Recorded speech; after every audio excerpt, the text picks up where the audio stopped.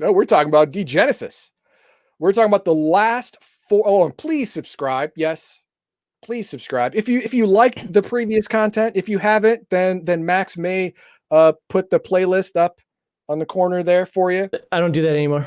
You don't do that anymore? Well, then he doesn't like you very much. That's how it is. Nope, that's yeah. But go ahead and check, because the other 9 clans are already taken care of. We're on our last 4. So let's jam on with the. You like that, right? Did you see what he just posted? No, what? Ah, crap! Hit the wrong one. Yep. Fair enough. Okay. Fair enough. By the way, for all the YouTube folks out there, you missed part of the live stream, so you missed the context for that completely. You didn't get that joke. All right. Now, there has been between Max and I some debate on how to pronounce this cult. I think it should be. I'm going to go with Jehammedans. I think it should be Jehammedans, but I don't think it matters too much. I see, and I'm saying this purposely out loud, because if somebody says you're an idiot and you're wrong, that's fine. Yeah, and when he describes the cult itself, maybe I'll change my mind. But when I see this and the little bit that I've read on this cult, I see that as a combination of Yeshua, which is Jesus, and Muhammad. I see it as the marriage of Christianity and Islam. Okay, you know what? In a very high level. Okay. Hearing that, Jehammed is the name of the prophet, so Jehammedans. I could be completely wrong. That's just how I saw it when I first read it. Again, everything this game has this weird historical connotation in it. Yeah. I might be making that up, but it seems like it fits. So. Okay. All right. Well, Ocean Dungeons. Here's the cult of the Jehammedans. Going with that. Before the Eschaton, before the asteroids hit, the last prophet, Jehammed, appeared at Mecca above the black cube. Okay. Now I call it the black cube because that's the English translation for the Kaaba, I believe it's called. So yeah. And he promised that the faithful will be rewarded after God punishes the world. Okay, we've heard that before. Only this time, God punished the world, apparently, because bickety bam, there's the Eschaton. All right. Now, everyone around him felt his presence, felt God through his words. Ooh. Everyone who was there spoke to their friends and children and said, no, he glowed with the power of the Lord. Be it Allah, be it Jesus, be it God, be it Yahweh, whatever God you believed in, Judeo-Christian, Muslim, whatever, they felt that power when he spoke. And he spoke of laws, he spoke of ways of doing things, he spoke, this is how you're going to survive, and you will be rewarded in the end with the land of your very own. Sound familiar? Yeah, I'm sure it does, because it's taken a lot of historical context here. I mean, if you think it's still Earth, it's 500 years in the future. So, I mean, that context isn't going to change too much. Oh, well, yeah.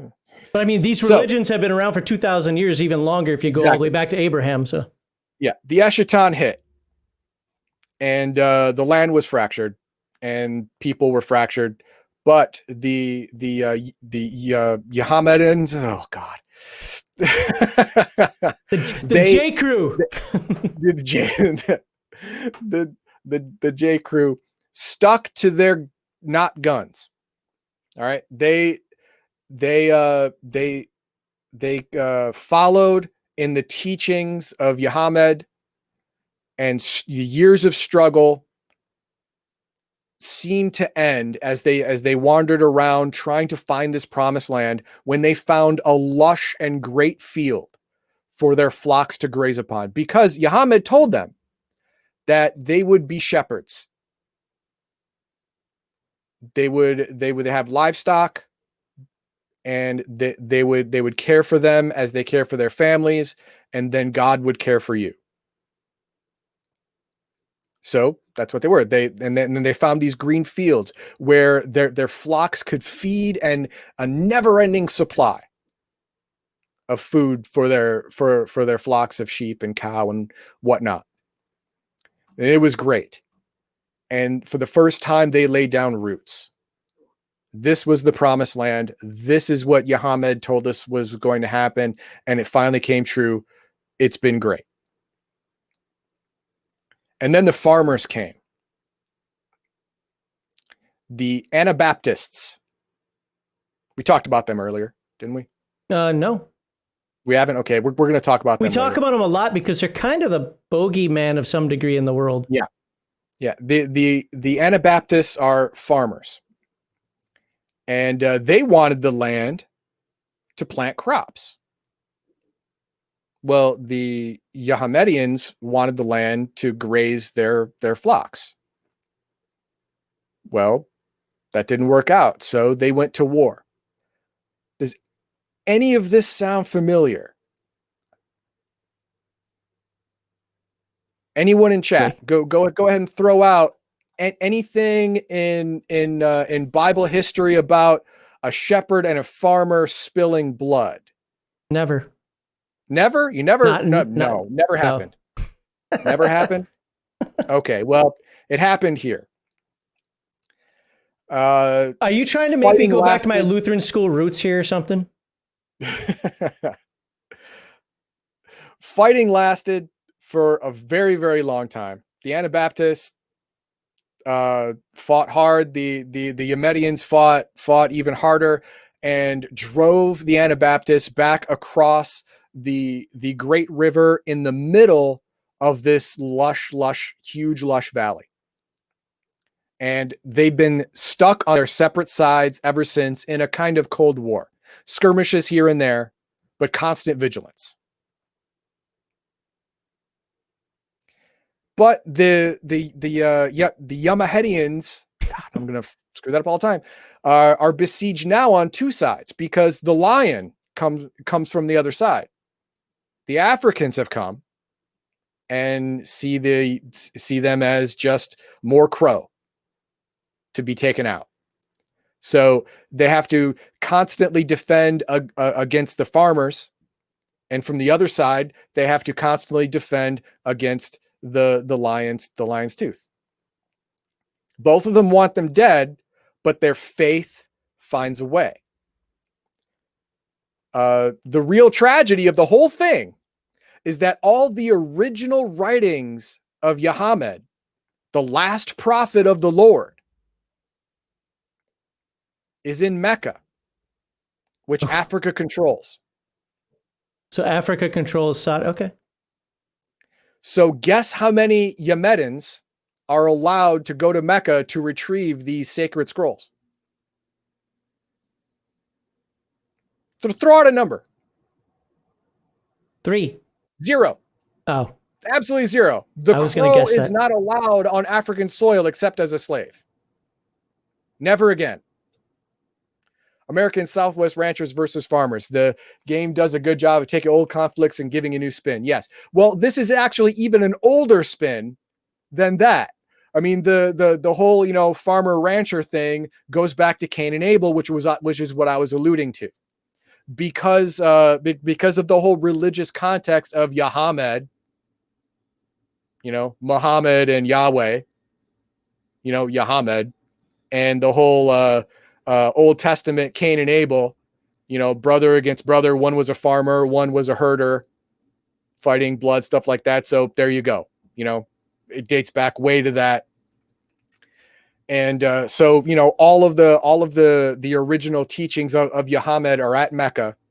And let me clarify something here. This is a biblically older spin. You're right, and that's what Heathen Dog is explaining. But one of the things about the Bible, like it, love it, hate it, whatever, is especially in the Old Testament, a lot of those stories are human nature stories. Sure, it's got God and fiery God and this, that, and the next thing. But parable. So parables New Testament.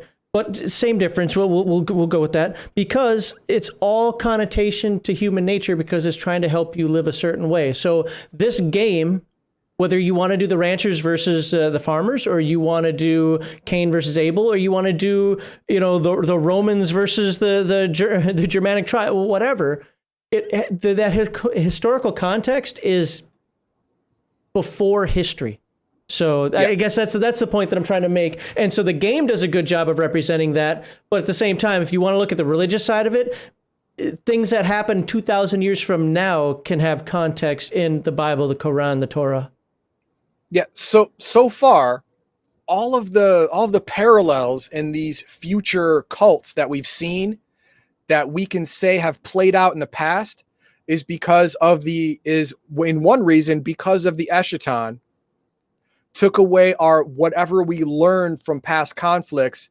And it's the whole idea that if you don't remember the past, you're doomed to repeat it. Yep. So they are repeating past mistakes because partly they don't remember them. Yeah. Remember the Chroniclers 2 episodes ago, if you're watching on YouTube? Yeah, they tried.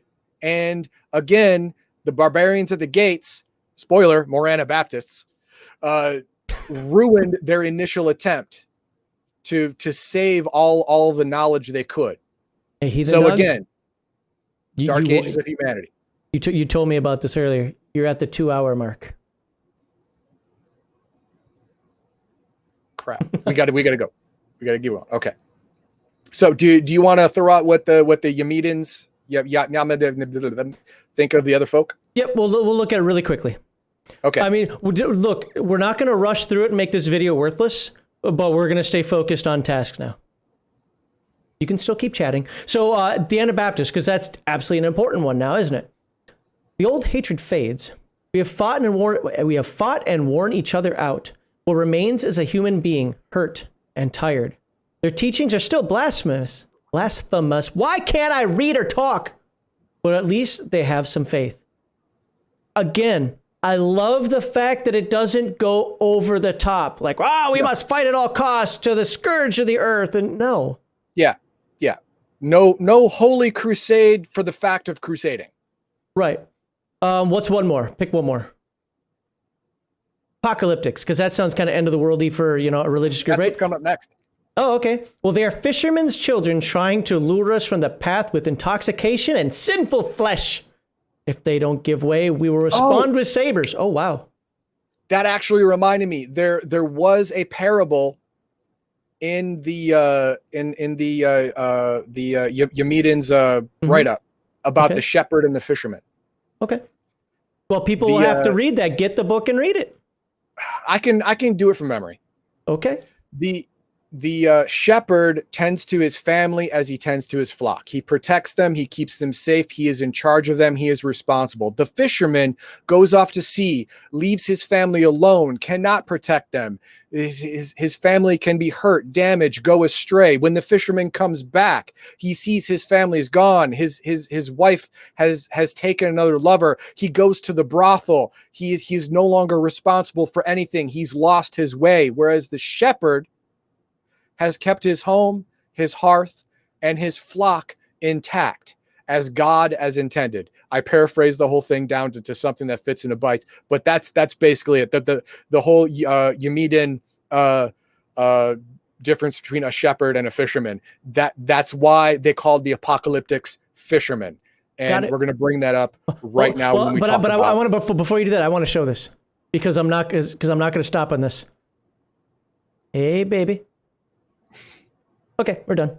I'm going to show the picture. Oh, are you? Oh, that's right. You use the front picture. All right. Well, hey. Mine is better. Okay. Apocalyptics. Hedonistic mobsters. It's basically what they are. Why build something when you can take it? That's basically it. They live for today. Tomorrow is something that may never happen. So why care about it? The past is already gone. If you didn't learn anything from it already, then you're too stupid. Today is today. That's what you live for.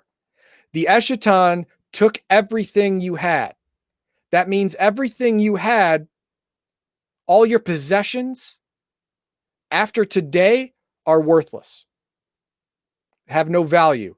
The only thing is today, today's joy, today's pain, today's money, today's food. That's all that matters. Other people try and get back what they've lost. The apocalyptics, they don't care what they had. They only care what they have. And they'll get it by hook or by crook. The apocalyptics are our own bars, peddle alcohol to the masses. The apocalyptics run brothels, underage prostitution. The apocalyptics sell burn, any other kind of drug. They take it themselves. They indulge themselves. They live for the moment and the moment only, because that is the only thing that actually matters. They deal in excess. That's what they do. And they move like anyone who peddles things that are inherently bad for you. They can only stay in one place so long. The judges catch up. Right? They got to move on. They take what they can and they move on. Very much like the bad word for the internet, gypsies. They you know, yep, we're screwed now. We're screwed now. But you know, they sell their worthless trinkets, their snake oils, and before anyone can figure out that they've been screwed over, they move on to the next place and start all over again. Before the law catches up, they move on. Youth and vigor are what they prize. As every good man should. Yeah. Wisdom is crap. Wisdom is worthless. It's what you can do now. It's how strong you are now. Can you defend what you have now? When you're old, no, you can't. Old apocalyptics are shunned. And if they don't get the picture, they are beat out into the wasteland to die. The smart ones get old, but they get crafty. They become mob bosses. They run numbers.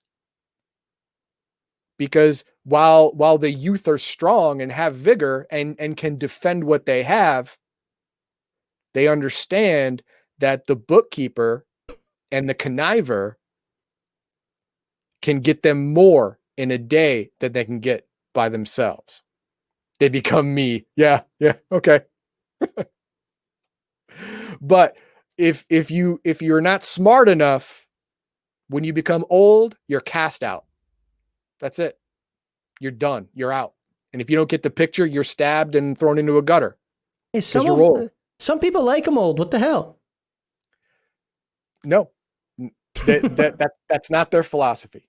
It's not their philosophy. As a matter of fact, this is the gist of the Apocalyptics, the literal shortest one. So go ahead and throw up what the Apocalyptics think of everybody else. This might be a fun read.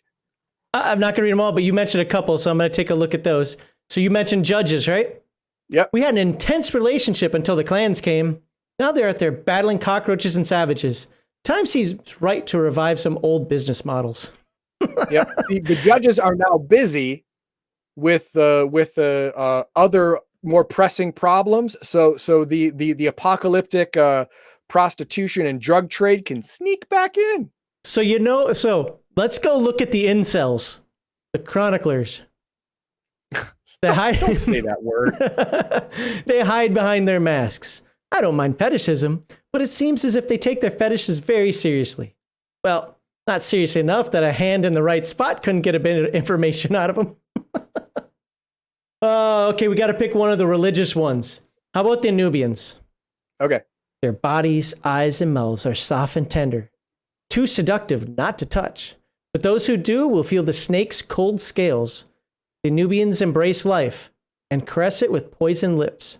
Be wary of them. I like that. Actually, something that puts the Apocalyptics in a kind of little, hold up. And here are three. What the hell? Hagra, what's going on with you there, buddy? You're a little weird. He's a gimp of some sort. I don't know. I don't know. Let's move on to the next one. All right. Okay. Oh, there we go. Right. Now we got him. Yeah, we're done with the Apocalyptics, and now we got the Anabaptists. These are the bad guys in a lot of the other cults' backstory. I wouldn't. Well, yeah, okay, but I wouldn't call them the bad guy. You're right in the backstory, but they're definitely everywhere. Yeah, they are ever present in a lot of cultures, and they happen to butt heads with a lot of different folks, and we'll find out why. They believe the world is hell to be endured. These are the kind of holy people that believe that the world is a test. You have to suffer through it. You have to suffer through it and stay clean until you die. And only then will you be rewarded with the bliss and glory that is heaven. And when I say suffer, I mean suffer. There are two types of Anabaptists. The organastics, I guess you'd call them. They're the fighters. Okay. They fight the enemies, fall, get up again until they die fighting and are freed from the hell that is this world. These are the guys that are fighting the Jehammedans for the land. That's them. Their job is to fight, be hurt, get up, fight some more, die fighting.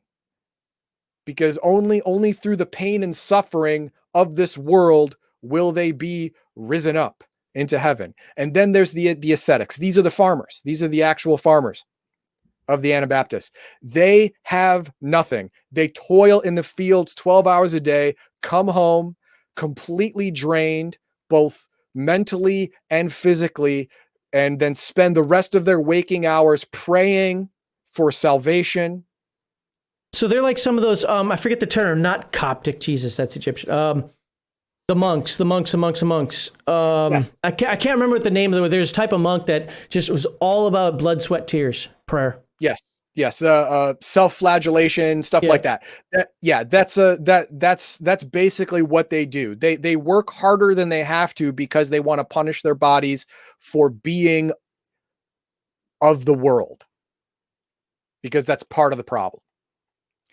And they shun from all excess and worldly desires, because that will take them astray. Because any joy found in this world is a path away from the next world, which is the promised land, which is heaven.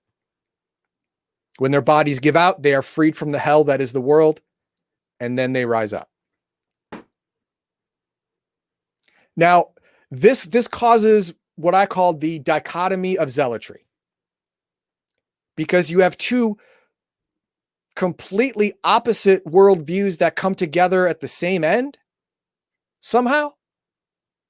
You know, some find God through war and violent death, the others through pseudo self-flagellation and sacrifice. But both of them believe that by doing so, they get to be one with God in heaven. Just again, historical context. People. What's that? Again, historical context for all of that. Yeah, exactly. Historical context. The other people and what they believe are of little consequence. They don't hate others because they believe something else. They're sad for them that they don't get to go to heaven. But that's about it. I mean, they don't hate the Jehammedans for believing what they believe, but they need farmland to continue to toil so they can go to heaven. And that's the reason they fight. That's it. They don't hate them. They just do. They have to fight. That's all they have to fight. And because of I don't find it strange that they are the villains in many of the other stories we've heard so far. They were the ones that stopped the initial efforts of the chroniclers from saving the they thought they had a point to it world. Though. What's that? They thought they're like their holy whatever was there. Yeah. I mean, but they destroyed a lot of what it was to have human history in that one act. And then the Jehammedans were like the Jews of old, wandering in the desert, finally finding the promised land, and then getting the crap beat out of them for decades for it. The Anabaptists were the people who were the shit kickers in this one. So yeah, the Anabaptists ended up being the bad guys in a lot of the other cult stories. They're not intrinsically bad. It's just that when they're around, bad crap happens. Does that make them bad? I don't know. Maybe, maybe not. It's really up to you, the reader. If you're living in it, it's one of the, I don't know how to explain it, because it's, again, as somebody who was raised in religion and saw kind of both sides of that, you don't see it as a problem. You see it as salvation. Also consider this, using historical context again. And I'm not going to try to get too deep into religion. We have one more to do after Anabaptist, but you know, when life expectancy is 18, 21, 30 years, you know, you're considered like an ancient wizened one at age 35, you know, kind of thing. Yep. It's not that you hope for death, but it's so much. Imagine if Moses came down from the mount and said, hey, I was up there and I thought of some things and I chiseled this into rock, and I think these are the rules we should follow. People are gonna be like, who the hell are you and why do we care? But when your whole worldview is shaped on God and paradise and religion and like, I want to get there. And he comes down and says, look, I went up there. I survived, first of all, dicks. And I've got this and God gave it to me. You know what? I'm going to roll my dice and take the chances with God, because my life expectancy is crap. At least that's going to be an eternity of paradise. So when you're stuck in the middle of this, I shouldn't say stuck like that, but when you're in the middle of this and you believe it, you don't see it as being bad. It can't possibly be bad because paradise is in the end. Yeah, and it gives you a reason why your life is so shitty. Mm-hmm. Why not embrace it if embracing that crappy life gets you an eternity of happiness at the other end? Mm-hmm. You know, it's kind of like Shawshank Redemption. You know, crawled through a river of shit and came out clean on the other side. That's what the Anabaptists believe life is, a river of shit. If you can crawl through it, God will clean you on the other side. And then you'll be free.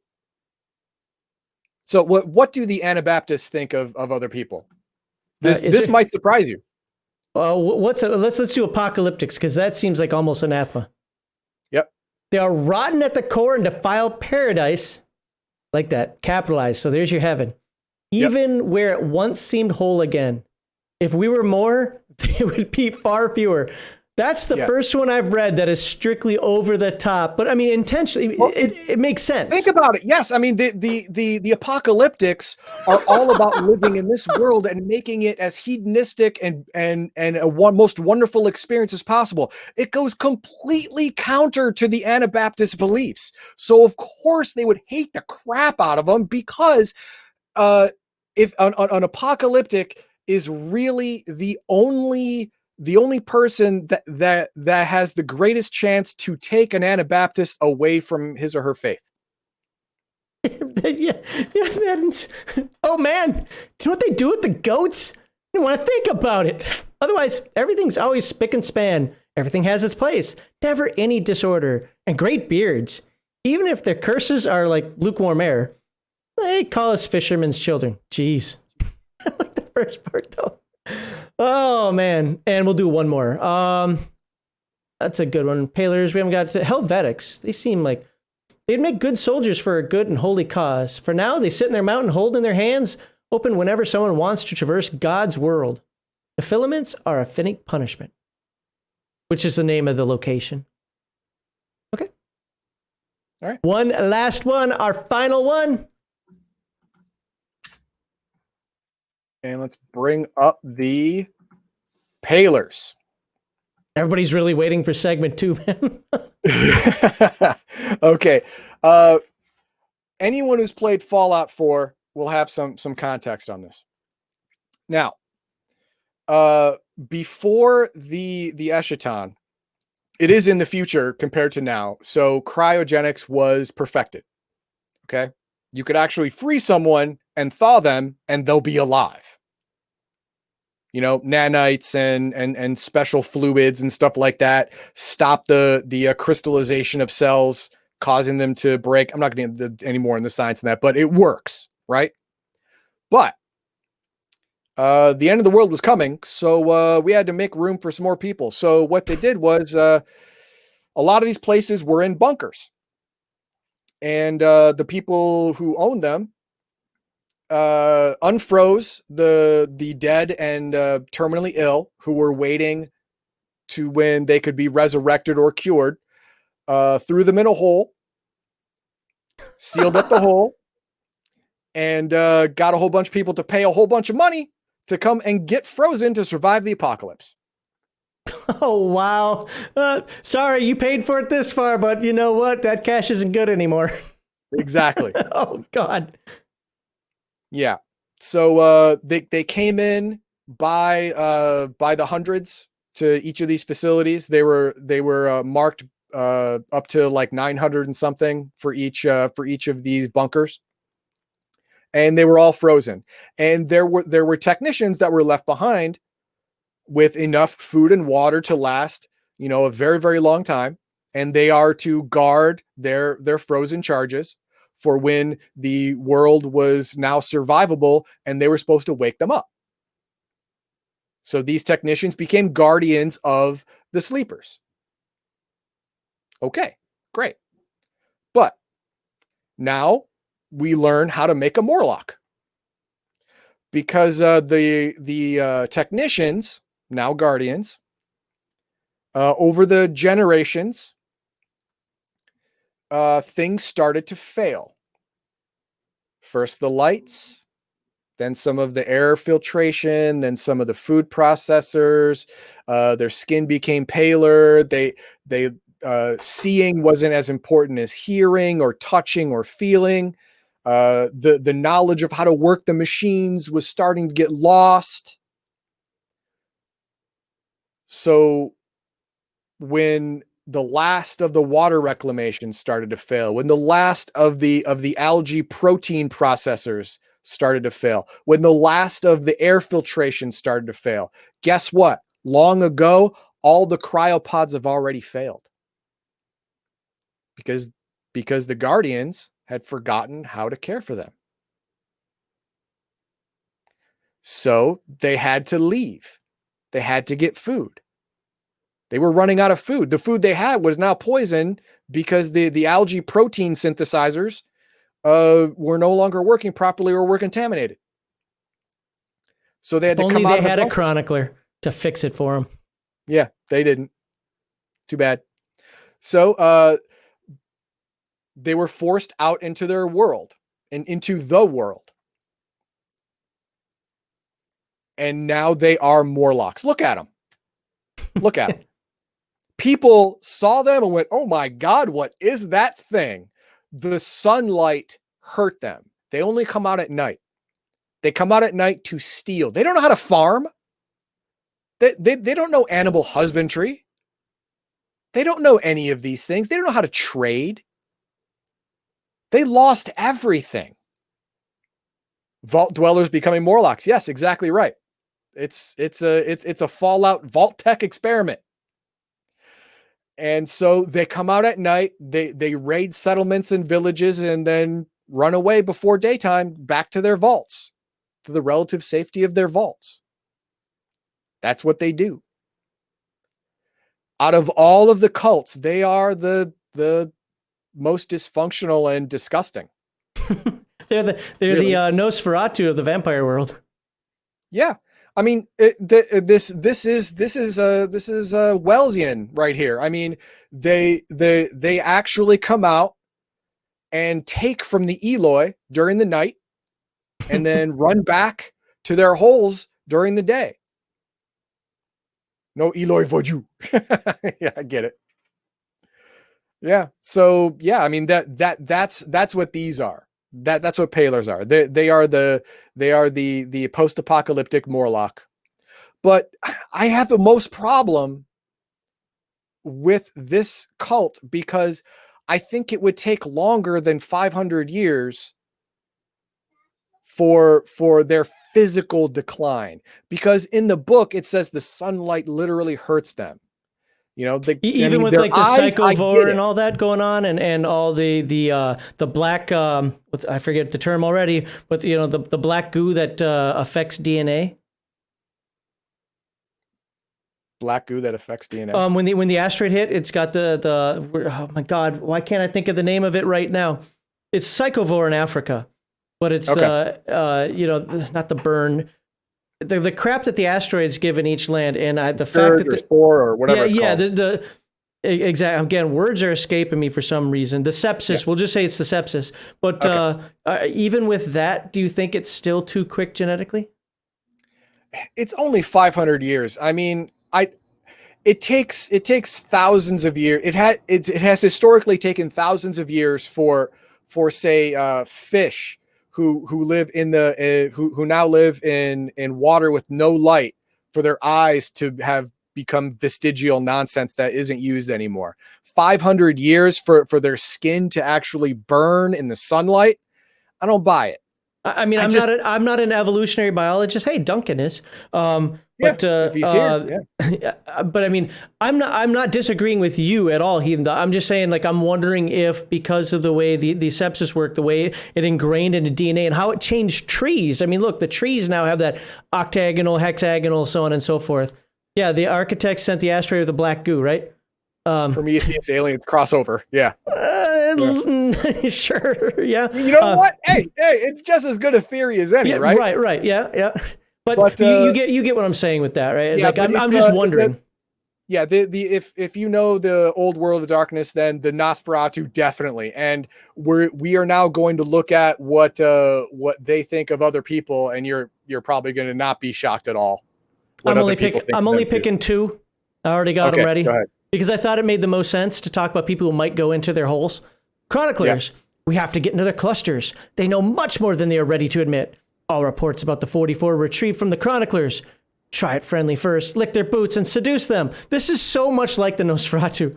Bug them, then break in their alcoves, steal their artifacts, and blackmail them. How do you blackmail the information brokers? Yeah, the information brokers think that the Palers know more than they're letting on. They don't. They've forgotten everything. But inside their vaults are all of the technical manuals that they can no longer read. All of the high-tech systems that they can no longer repair. But the chroniclers can take that and use that information, maybe even repair those things. All of the algae protein resequencers, oh man, if they can get that crap working again, the only ones who could do it would be the chroniclers, with the help of the scrappers mechanists. Well, then scrappers was what I was going to do second. Yeah. They enter our holy halls, looting, destroying, and defiling. How many gods have they killed already? Our phantoms hunt them like rats. I forgot to tell you, the people who are frozen, they're all dead, but the Palers still think that they are our gods. We have to watch over them. One day they will awaken, because they forgot who they really were. They were technicians who were supposed to wake them up and not let them die from power failures. But hey, whatever. I would wonder how, like, the Nosferatu for vampire, I can actually fit into a game. Like, I can see it fitting into a game. Yeah. I would struggle a little more with the Palers.